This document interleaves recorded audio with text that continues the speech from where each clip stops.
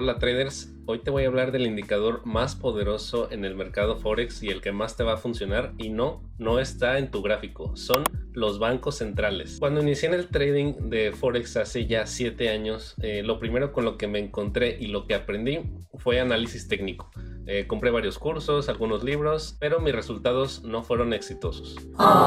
Después aprendí análisis fundamental con el paso de los años y mis resultados comenzaron a mejorar. Sin embargo, todavía no tenía resultados relevantes. Pero cuando aprendí de política monetaria y combinado con el análisis técnico que ya había aprendido y con el análisis fundamental, mis resultados fueron sobresalientes. Y ahora lo que sí te puedo decir es que el 70% de tu trabajo es seguir a los bancos centrales. Si los entiendes, estás del otro lado y va a mejorar muchísimo tu análisis.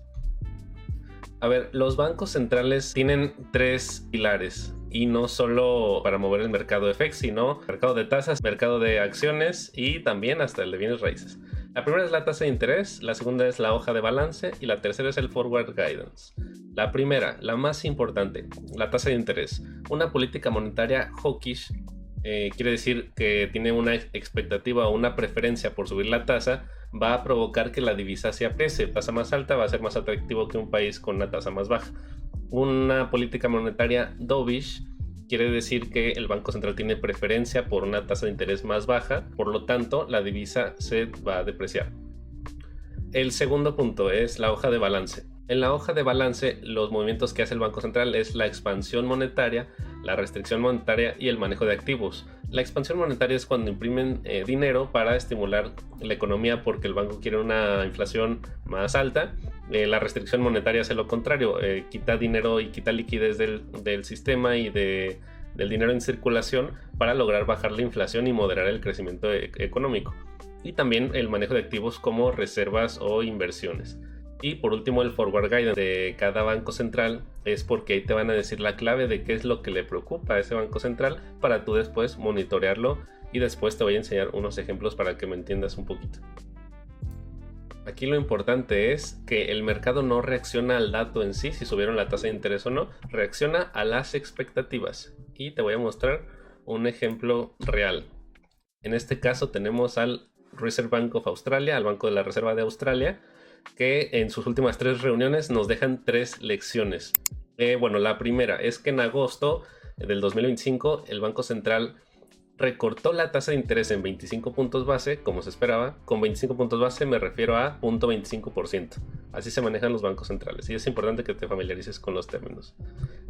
Al tiempo que rebajó las perspectivas económicas anuales del país, argumentando que era improbable que el aumento de la demanda pública, menor de lo esperado a principios del 2025, se compensará durante el resto del año.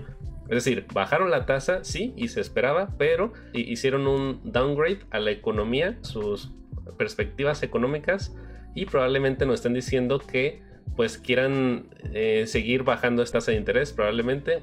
Por lo tanto, el resultado fue dovish. ¿Y cómo reaccionó el dólar australiano?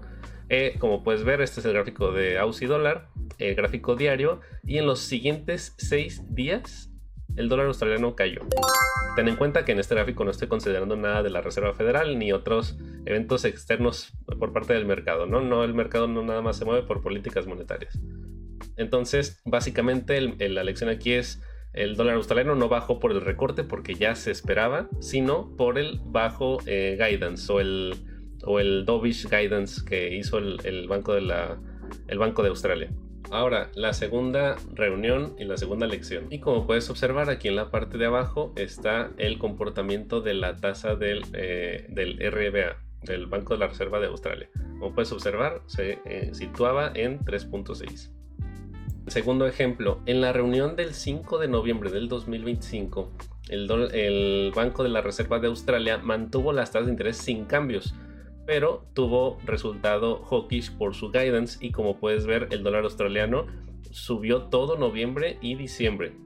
Pero, ¿a qué me refiero con el hawkish guidance? Bueno, pues si tú ves las minutas del Banco Central y lees el reporte que saca en cada decisión de tasas de interés, puedes observar que el Banco Central mantuvo las tasas de interés sin cambios, con una parte del guidance o un fragmento que dice: la inflación muestra signos de una renovada persistencia. Básicamente eso nos dice que ahora el Banco Central ve presiones inflacionarias y a pesar de que dejó sin cambio la tasa de interés, el dólar australiano subió, en el cual las expectativas se ajustan a que ahora el Banco Central de Australia pueda probablemente subir las tasas de interés.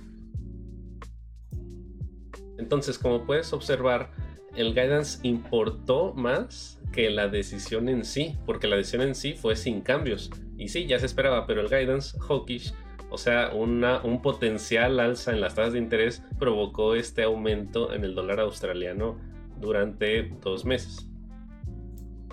Ahora, siguiente reunión. ¿Qué hizo el Banco de la Reserva de Australia? Subió la tasa de interés. Y el dólar australiano no se movió mucho. ¿Por qué? Bueno, número uno, el mercado ya esperaba esa subida de tasas de interés, ¿ok?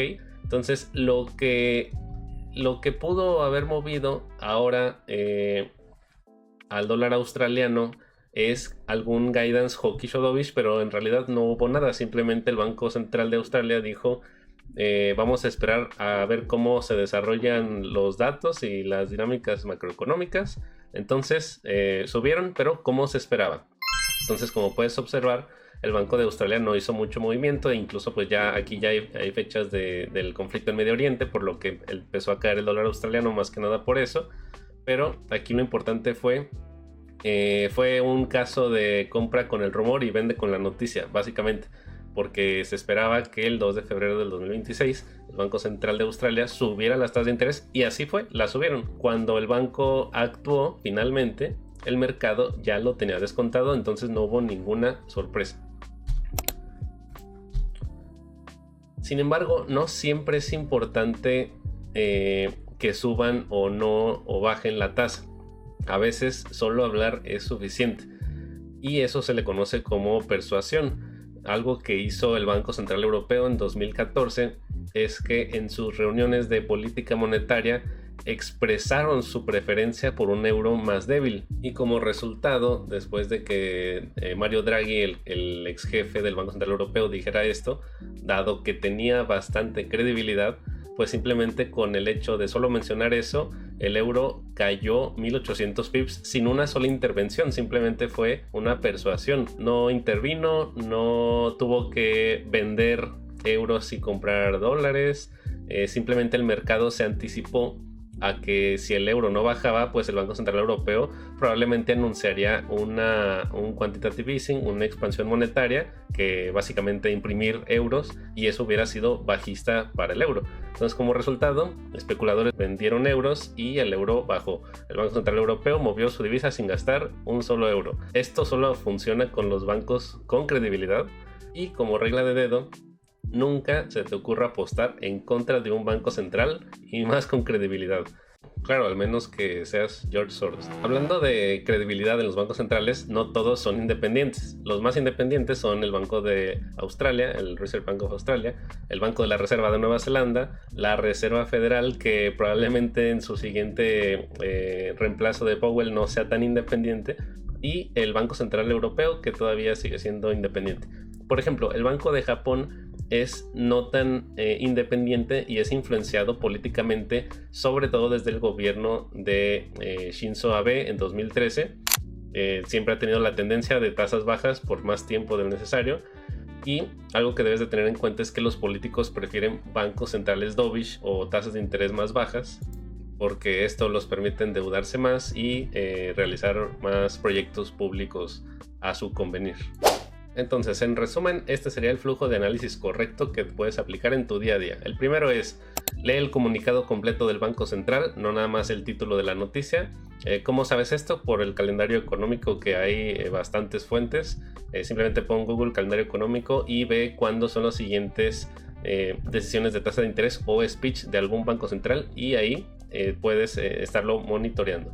Segundo punto, y es identificar el foco. ¿Qué están pensando de la inflación? ¿Qué están pensando del empleo? ¿Tienen alguna preferencia por su tipo de cambio? El punto 3 es detectar el cambio de tono contra la reunión anterior, como lo vimos por ejemplo con el Banco de la Reserva de Australia, que en un momento dijeron que detectaban cambios en la inflación o una inflación persistente en el sector servicios, y en el último en la última minuta del Banco Central, simplemente se mantuvieron al margen y atentos a los cambios, ¿no? Entonces, estos cambios son relevantes para que vayas conociendo a cada banco central y puedas anticiparte decisión de tasas de interés. El cuarto punto es revisar las proyecciones económicas del Banco Central. A veces las suben cada trimestre, a veces cada mes, depende del Banco Central. Entonces, también para que lo tengas en cuenta de qué es lo que están pronosticando.